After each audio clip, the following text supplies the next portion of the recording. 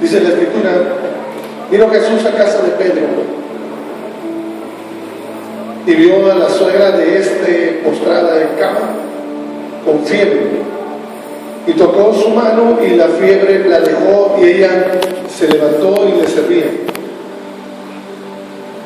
Cuando llegó la noche, trajeron a él muchos endemoniados, y con la palabra echó fuera a los demonios y sanó a todos los enfermos, para que se cumpliese lo dicho por el profeta Isaías cuando dijo: Él mismo tomó nuestras enfermedades, las llevó y llevó nuestras dolencias. Viéndose Jesús rodeado de mucha gente, mandó pasar al otro lado, y vino un escriba y le dijo: Maestro, te seguiré a donde quiera que vayas. Jesús le dijo: las zorras tienen guaridas y las aves de los cielos nidos, mas el Hijo del Hombre no tiene donde recostar su cabeza. Otro de sus discípulos le dijo: Señor, permíteme que vaya primero y entierre a mi padre. Jesús le dijo: sígueme, deja que los muertos entierren a sus muertos. Y entrando él en la barca, sus discípulos le siguieron. Y aquí que se levantó en el mar una tempestad tan grande que las olas cubrían la barca, pero él dormía. Y vinieron sus discípulos y le despertaron diciendo: Señor, sálvanos, que perecemos. Él les dijo: ¿por qué teméis, hombres de poca fe? Entonces, levantándose, reprendió los vientos y al mar, y se hizo grande bonanza. Y los hombres se maravillaron diciendo: ¿qué hombre es este que aún los vientos y el mar le obedecen? Cuando llegó a la otra orilla, a la tierra de los Gadarenos, vinieron a su encuentro dos endemoniados que salían de los sepulcros, feroces en gran manera, tanto que nadie podía pasar por aquel camino. Y clamaron diciendo: ¿qué tienes con nosotros, Jesús, Hijo de Dios? ¿Has venido aquí para atormentarnos antes de tiempo? Estaban paciendo lejos de ellos un hato de muchos cerdos, y los demonios le rogaban diciendo: si nos echas fuera, permítenos ir a aquel hato de cerdos. Y él les dijo: id. Y ellos salieron y se fueron a aquel hato de cerdos, y aquí que todo el hato de cerdos se precipitó en el mar por un despeñadero, y perecieron en las aguas, y los que apacentaban huyeron. Viniendo a la ciudad contaron, y los que apacentaban huyeron, y viniendo a la ciudad contaron todas las cosas y lo que había pasado con los endemoniados. Y toda la ciudad salió al encuentro de Jesús, y cuando le vieron, le rogaron que se fuera de sus contornos. Vamos a orar. Padre, en el nombre de Jesús, gracias, Padre. Gracias porque tú estás aquí. Vamos a predicar tu palabra, pero te pedimos que tú fluyas a través de tu palabra, que tú hagas la obra poderosa a través de la palabra, que tu Espíritu Santo tome el control ahora. A todo espíritu contrario, a todo espíritu de brujería, de hechicería, de maldición, de adivinación, que quiera moverse entre nosotros, lo atamos en el nombre de Jesús. Atamos al hombre fuerte. Declaramos que tu gloria solamente se mueve en este lugar, que este lugar solamente es para que habite tu gloria, Padre. Gracias por estar en medio de nosotros, en el nombre de Jesús de Nazaret. Amén. Porque, bueno, quiero decirles, si se dan cuenta que leí una porción muy grande de la Escritura. Amén. Regularmente en la Escritura, cuando usted la toma hoy en nuestros días, la Escritura tiene algunos encabezados. Jesús sana a la suegra de Pedro, el llamamiento de ese hombre que le dijo que se negara, que los muertos se entierran a sus muertos, cuando sube la barca, cuando se encuentra con el Gadareno. Hay ciertos párrafos como que separan las Escrituras.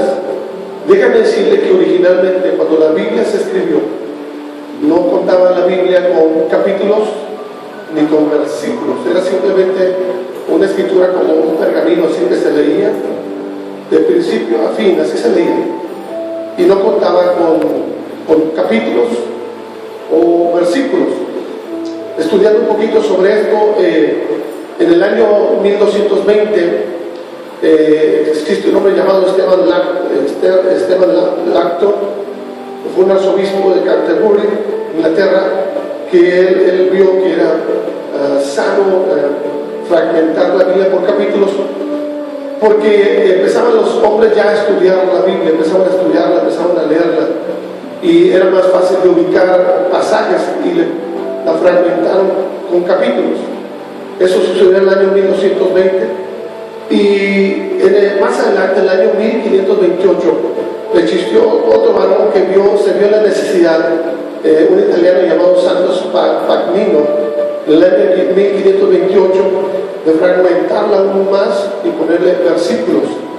Y esto que se hizo así para fragmentarla fue para localizar los versos o los temas mucho más rápido, para ubicarlos, porque la gente ya estaba estudiando más. El haber fragmentado la Biblia tiene su lado positivo, el llevarnos inmediatamente a una porción de la Escritura o ubicarnos rápido como ahorita lo hicimos, pero también corre mucho peligro el fragmentar, porque alguien puede leer solamente un versículo de la Biblia e intentar hacer doctrina de un versículo de la Biblia sin analizar el contexto, lo que se lee, lo que existe antes y lo que existe después del pasaje, del verso que se está leyendo. Hay gente que te puede desarrollar un sermón grandísimo y excepto con muchos textos alrededor de un pequeño verso, pero no relacionó nada del antetexto ni después del texto. Y eso sí hay que tener mucho cuidado. Eso es lo peligroso de leer un verso, porque se puede tomar un verso como pretexto para que alguien mueva una teología. Entonces, eso es lo delicado. Yo lo veo como lo delicado. Cuando leemos la Biblia, es muy importante que usted tenga conocimiento de toda ella. Si, por ejemplo, si yo me pongo a leer un verso para predicarte, tú nunca has leído la Biblia, corres peligro de comerte todo lo que te estoy diciendo y tú salirte aquí con una falsa enseñanza. Entonces, lee la palabra, es muy importante. Este pasaje que te leí ahorita fue importante leértelo todo, que para mí se me hace muy importante comprender el evento, cómo se dio. Dicen que nadie quiere a las suegras. ¿Quién quiere a su suegra? A ver, de los varones que están aquí, ¿cuántos quieren a su suegra? Los mentirosos no van a entrar. Porque me tocó una suegra maravillosa, una suegra, por decirlo así, alcahueta, porque sabía que yo hacía cosas malitas y mi esposa siempre decía, no está mal, todo está bien, hablar con mi esposa. Bueno, Jesús en una ocasión llega a la casa de Pedro y se da cuenta que la suegra está postrada en cama, tiene fiebre. Si Pedro no lo hubiera querido a la suegra, no lo hubiera pasado Jesús por ahí, se lo hubiera llevado por otra habitación, lo hubiera dicho por acá, Jesús por acá. Si Jesús no lo hubiera querido, si Pedro no hubiera querido a su suegra, no la lleva por otro lugar. Quiere decir que Pedro amaba a su suegra.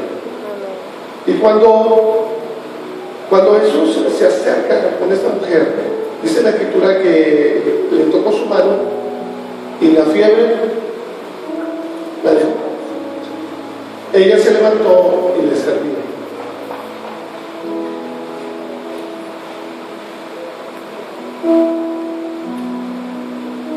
Hermano, hay algo muy importante que a lo mejor usted no valora, pero Dios sí lo valoró mucho.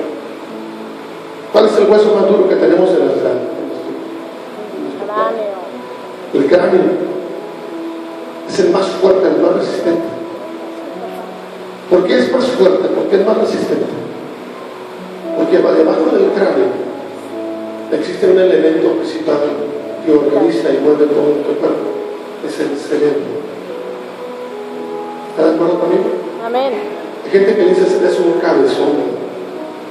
El esposo a lo mejor ya le dice usted es un cabezón, no entiendes, tiene la cabeza cerrada. ¿Le ha pasado? Hay otros que dicen eres muy blandito, todo te crees. ¿Verdad? Tenemos que tener cuidado. En el cerebro que está aquí cubierto una armadura de hueso, es una de las partes más importantes que tenemos en nuestro organismo. Dice que cuando nosotros morimos, por ejemplo, ante la ciencia, el cerebro aún sigue vivo. Cuando para nuestro corazón, el cerebro sigue todavía activo, hay vida en el cerebro. Y el cerebro es una de las partes más importantes del ser humano. Yo aprecio mis manos, aprecio mis oídos, aprecio mis ojos. Recuerda que el apóstol Pablo empieza a decir a los órganos, a los miembros no más propios, son a los que mejor vestimos.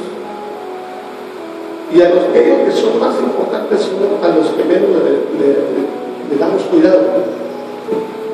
El cerebro es una de las áreas mucho más importantes que le debemos de prestar demasiada importancia.